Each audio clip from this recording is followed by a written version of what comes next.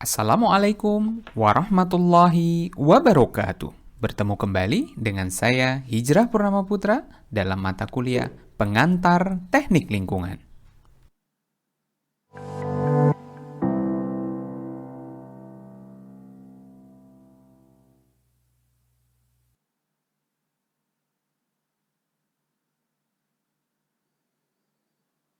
Pada video yang ketiga, masih dalam mata kuliah Pengantar Teknik Lingkungan. Bagian yang kita bahas adalah sistem penyediaan air bersih yang pertama. Video yang ketiga ini akan berbicara terkait dengan sumber air baku. Apa saja ya sumber air baku yang kita miliki? Kira-kira apa saja yang bisa diolah menjadi air bersih dan air minum misalnya? Sumber air baku yang ideal ada di negara kita adalah yang pertama mata air, yang kedua air tanah dangkal, yang ketiga air tanah dalam, air sungai, air danau dan waduk, yang keenam air hujan, yang ketujuh adalah air laut. Kita akan lihat satu persatu dari 7 jenis sumber air baku tersebut. Namun sebelumnya kita akan bahas terkait dengan pemilihan sumber air. Ada 3 faktor utama yang perlu dipertimbangkan dalam pemilihan sumber air tersebut. Yang pertama teman-teman harus ingat adalah kualitas. Kita ingin sumber air baku kita memiliki kualitas yang bagus. Kualitas ini baik dari segi fisik, kimia, bakteriologis, maupun dari segi radioaktif. Berarti harus ada suatu standar baku mutu yang bisa menjelaskan itu kualitasnya baik, itu kualitasnya sedang, atau bahkan kualitas yang buruk. Fisik gimana ya kira-kira gambaran fisik? Fisik itu seperti temperatur, bau, warna, ya, kandungan padatan di dalamnya, kekeruhan, kemudian dan seterusnya. Kemudian kimia, mungkin ada nilai-nilai parameter-parameter kimia yang bisa diacu. Kandungan besi, kandungan logam, kandungan mangan, kandungan timbal, kandungan BOD, Biological Oxygen Demand, atau COD, Chemical Oxygen Demand. Kandungan bakteriologis, ada kandungan bakteri E. coli misalnya, kandungan radioaktif, ada beberapa zat yang tidak boleh berada di dalam air. Berarti pertimbangan utama harus dilihat adalah kualitas. Yang kedua adalah kuantitas. Banyaknya air baku yang tersedia sedapat mungkin sesuai dengan banyaknya air bersih yang dibutuhkan.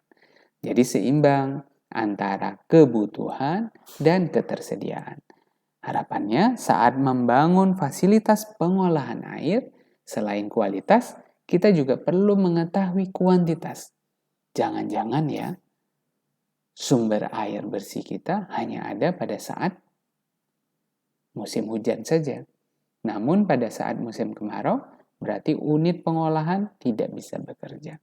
Berarti secara kuantitas harus memenuhi dan bisa mensuplai berbagai macam kebutuhan masyarakat yang ada. Jadi bisa dihitung. Oh, direncanakan sungai ini akan diolah untuk mengaliri kebutuhan penduduk di sekitar sungai tersebut. Ada 1 juta jiwa misal. Kemudian diolah dan menghasilkan air dengan debit sekian. Berarti kita harus mengetahui kebutuhan penduduk 1 juta jiwa berapa meter kubik per hari ya? Apakah cukup tidak ya dengan ketersediaan sumber air yang ada di sungai tersebut? Berarti yang perlu diingat tadi yang pertama kualitas, yang kedua adalah kuantitas. Yang ketiga apa ya? Yang ketiga adalah kontinuitas. Ketersediaan air baku sepanjang waktu. Seperti tadi sedikit saya jelaskan pada saat kuantitas harus tersedia dalam berbagai macam musim. Baik itu musim penghujan maupun musim kemarau. Jadi tetap ada walaupun dari segi kuantitas pastilah jumlahnya berbeda. Kebutuhan air bersih setiap orangnya rata-rata ya 80-200 liter per orang per hari.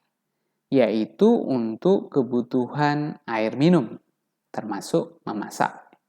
Kurang lebih 5-10 liter per orang per hari. Lainnya, sisanya adalah untuk keperluan rumah tangga yang lain. Mandi, cuci, bersih-bersih, dan lainnya. Pemakaian jumlah air ini pastinya sangat tergantung dari tingkat sosial, ekonomi, dan budaya masyarakat. Loh, kok bisa ya? Kok tingkat sosial, ekonomi masyarakat itu mempengaruhi jumlah air? Kira-kira gambarannya seperti ini. Pada saat tingkat ekonomi menengah ke bawah, misal dia hanya memiliki kendaraan 1 unit motor. Namun dibandingkan dengan masyarakat menengah ke atas, memiliki 2 motor, 2 mobil, yang dipakai oleh satu rumah. Jadi hitungannya tetap satu rumah, tapi jumlah kendaraannya berbeda. Nah, bisa saja pada saat sama-sama mencuci kendaraannya, yang satu hanya mencuci motornya saja satu, tapi yang satunya lagi mencuci 2 motor dan 2 mobil. Tentunya jumlah air yang dibutuhkan pastinya akan berbeda. Nah, itu pengaruh terhadap tingkat sosial ekonomi budaya.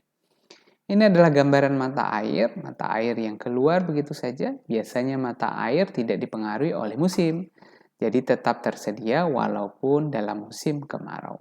Hanya saja butuh bangunan yang baik untuk bisa menangkap air dari mata air ini tetap berkeluar, tetap ada sepanjang musimnya. Misalnya ini adalah bangunan penangkap di mata air. Sedemikian rupa karena mata air ini biasanya di daerah-daerah resapan air, di daerah pegunungan, daerah yang masih asri, yang berwarna yang hijau ya.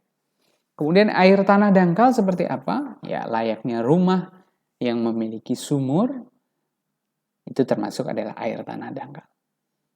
Kedalamannya bisa sampai 20-30 meter tergantung dari lokasi setempat. Baik itu yang digali secara manual maupun menggunakan mesin dengan sistem perpipaan, sumur bor, dan seterusnya. Jika jaraknya masih dalam kategori dangkal, maka disebut sebagai air tanah dangkal. Operasionalnya bisa berbeda-beda ya, baik itu dengan pompa tangan maupun ditimba secara manual. Nah, bagi kita semuanya, menjadi perhatian kita bersama untuk peduli terhadap air. Karena bisa saja jumlahnya mendadak banyak pada saat musim hujan, tapi mendadak hilang begitu saja pada saat musim kemarau.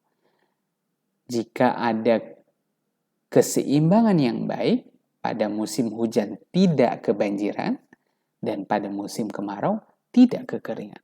Jadi ada pola bagaimana menabung air supaya dapat dimanfaatkan pada kondisi yang minim jumlah airnya. Mudah-mudahan bisa membuka pemikiran kita agar mahasiswa-mahasiswa teknik lingkungan bisa berpikir kreatif bagaimana mewujudkan permasalahan air ini agar menjadi lebih baik.